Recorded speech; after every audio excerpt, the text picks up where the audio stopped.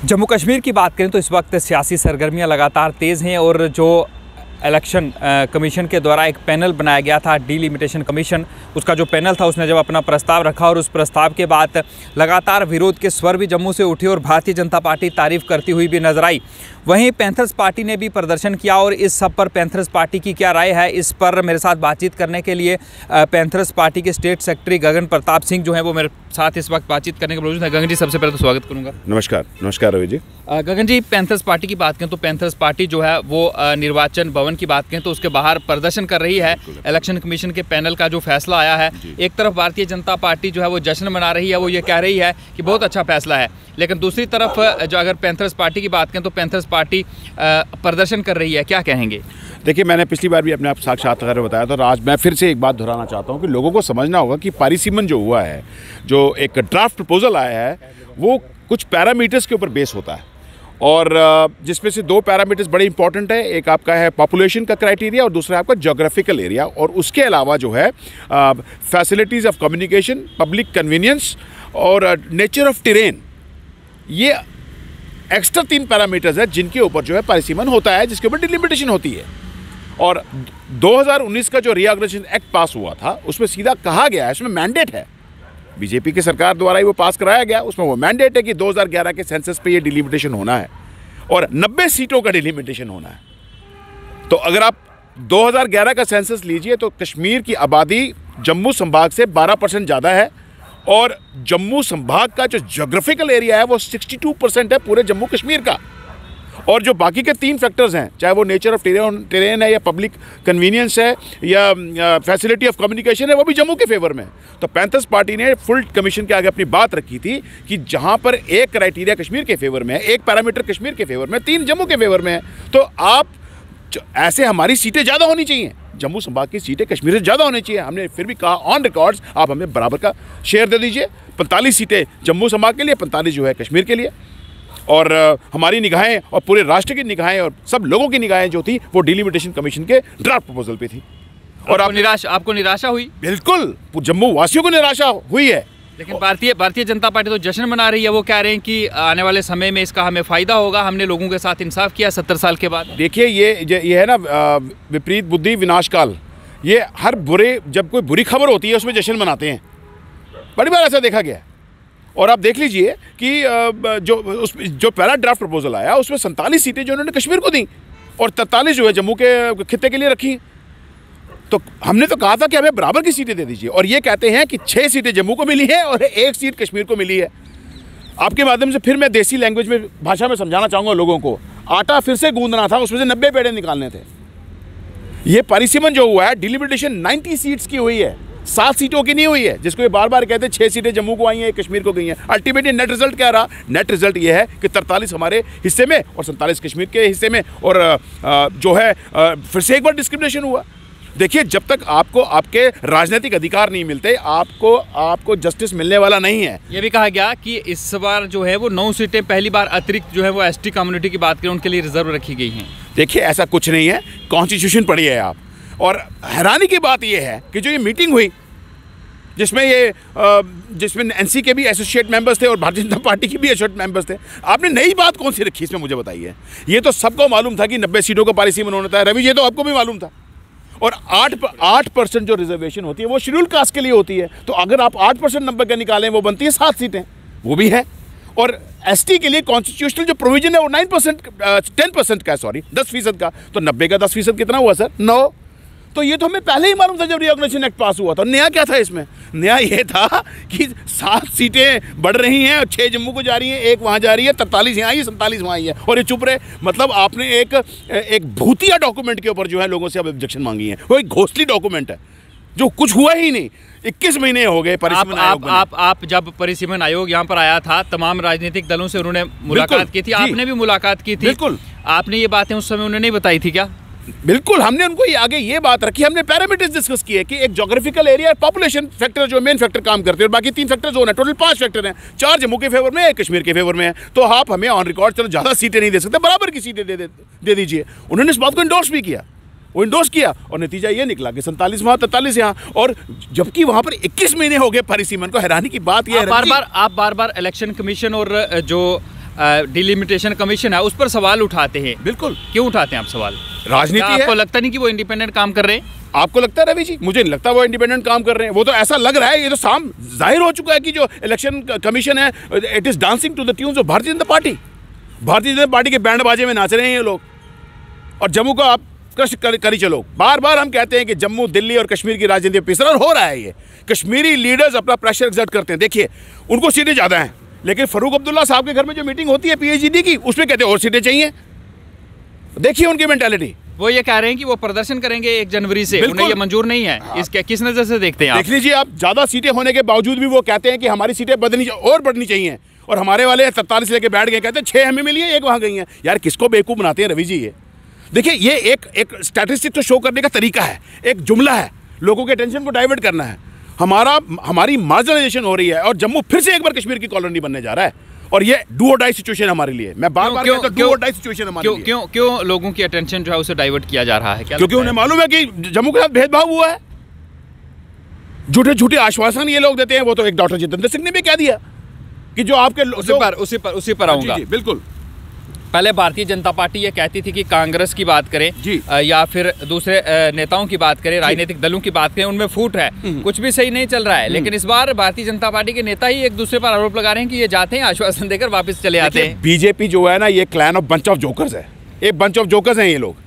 और मैं अगर पहले मैं डॉक्टर जितेंद्र सिंह पे निशाना साधना चाहूँगा, जो बयानबाजी कर रहे हैं और बोल रहे हैं कि जो आपके नेता जो गलत झूठे आश्वासन लोगों को देते हैं, उससे बात बिगड़ जाती है। क्या इन्होंने झूठे आश्वासन नहीं दिए?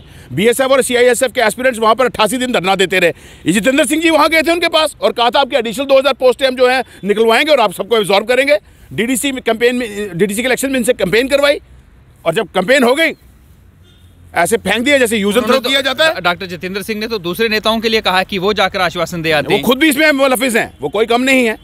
ये भारतीय जनता पार्टी से क्लैन है। ये बेसिकली बेचो जम्मू पार्टी, ये जुमला पार्टी है, इसमें ये भी इंक्लूडेड है। और याद होगा डॉक्टर जितेंद्र सिंह जी का बयान जिसमें उन्होंने कहा था कि 72,000 डेली वेजेस पाप की घंटी है पुरानी सरकारों ने मड़ी हुई। याद है आपको रवि जी? ये कैसे हम भूल सकते हैं? अरे पाप का घड़ा तो अब आपका भर गया। आने वाले समय में अब लोग आपको बताएंगे। आप कहते हैं 50+ सीटों की बात, मुझे लगता है अब लोग 50 जूते मारेंगे इनको। ये सब एक ही थाली के चट्टे बैठे हैं। किन किन का नाम लूँ मैं? पैंथर्स पार्टी कहाँ स्टैंड करेगी आने वाले चुनावों में?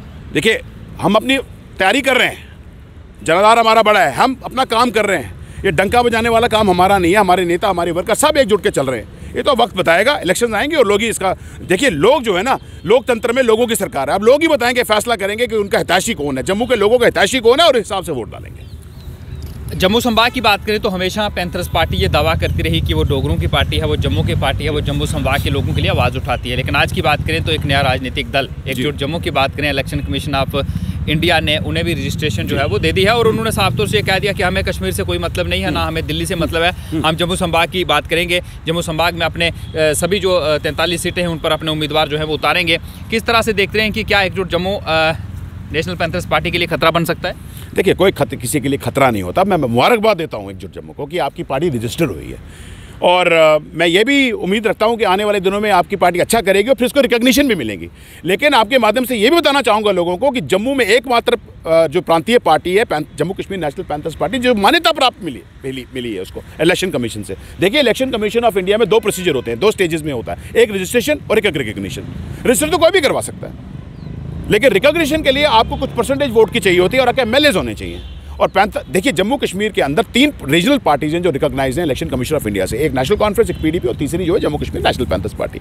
एनसी और पीडीपी कश्मीर सेंट्रिक पार्टीज हैं और Jammu Kashmir national panthers party जो है वो जम्मू बेस्ड पार्टी है। तो लेकिन मैं फिर भी एकजुट जम्मू के जो चेयरमैन हैं अंकुर शर्मा जी, उनको मुबारकबाद देता हूँ, उनकी पूरी टीम को मुबारकबाद देता हूँ। लोकतंत्र में पार्टीज बनती हैं, अंकुर शर्मा से आज पार्टिसिपेशन होनी चाहिए। अंकुर शर्मा से हमने बातचीत की और उनका साफ तौर से ये कहना था कि वो जो है जम्मू को अलग राज्य जो है वो बनाने की मांग जो है वो करेंगे। उनका सीधा स्टैंड यही है कि हमें सीटें मिले या ना मिले, लेकिन हम जम्मू को अलग रियासत बनाएंगे। क्योंकि उनसे सवाल ये पूछा गया कि अगर 43 सीटें जम्मू की हैं और 47 सीटें कश्मीर की हैं तो आप सभी सीटें भी जीत लेंगे, फिर भी आप अपना सीएम नहीं बना सकते। उन्होंने कहा कि हम अलग जम्मू राज्य होगा और हम उसका सीएम बनेंगे। अच्छी विचारधारा, उनकी विचारधारा है बिल्कुल। और Jammu Kashmir national panthers party भी जो ट्विन स्टेट्स की बात करती है, अल्टीमेट जो रेवोल्यूशन तो यही है कि जम्मू संभाग को जो है राज्य का दर्जा मिलना चाहिए। लेकिन सबसे पहले हम लोगों की लड़ाई होनी चाहिए जम्मू कश्मीर का जो राज्य का दर्जा जो छीना हमसे, गुलाब सिंह, महाराजा गुलाब सिंह जी रियासत,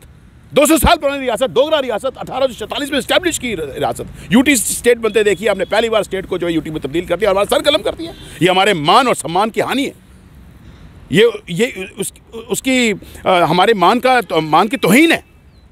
सबसे पहले जम्मू कश्मीर को राज्य का दर्जा दीजिए आप, हमारी डिमांड ये रही है। और अल्टीमेट ट्रिब्यूनल ये तो सोने पे सुहागा होगा, ये सोने पे सुहागा होगा कि जम्मू संभाग को भी ये कह दिया गया है कि जम्मू को राज्य का दर्जा चुनावों के बाद मिलेगा। क्या ये भी एक स्टंट है, पहले वोट हासिल कर लिए जाए उसके बाद राज्य का दर्जा दिया जाएगा? आपके प्रश्न में इसका उत्तर है, कब मिलेगा देख लीजिए आप। आर्टिकल 370 को लगे हुए 70 साल हो गए, 70 साल के बाद गया ये, तो अब स्टेटहुड कब मिलेगी इसकी कोई गारंटी है? आप पहले स्टेटहुड दीजिए ना, डिलिमिटेशन के साथ स्टेटहुड भी दे दीजिए, आप दे सकते हैं। प्रॉब्लम क्या है इसमें? आप बहाल तो कीजिए, एक बार आप बहाल कीजिए, लोगों को हक और अधिकार मिल जाएंगे। बीजेपी के नेता लोगों को ये भी कहते हैं कि अगर टेलीविजन प्रदर्शन करते हैं या कोई प्रदर्शन करता है तो वो उनको ये आश्वासन दे दे कि ये चीज़ें हो जाएंगी जब मुख्यमंत्री बीजेपी का होगा, उस समय ये चीज़ें ठीक हो जाएंगी। किस तरह से देखते हैं इसको? अरे प्रधानमंत्री तो बीजेपी का है ना, प्रॉक्सी रूल तो अभी का चल रहा है।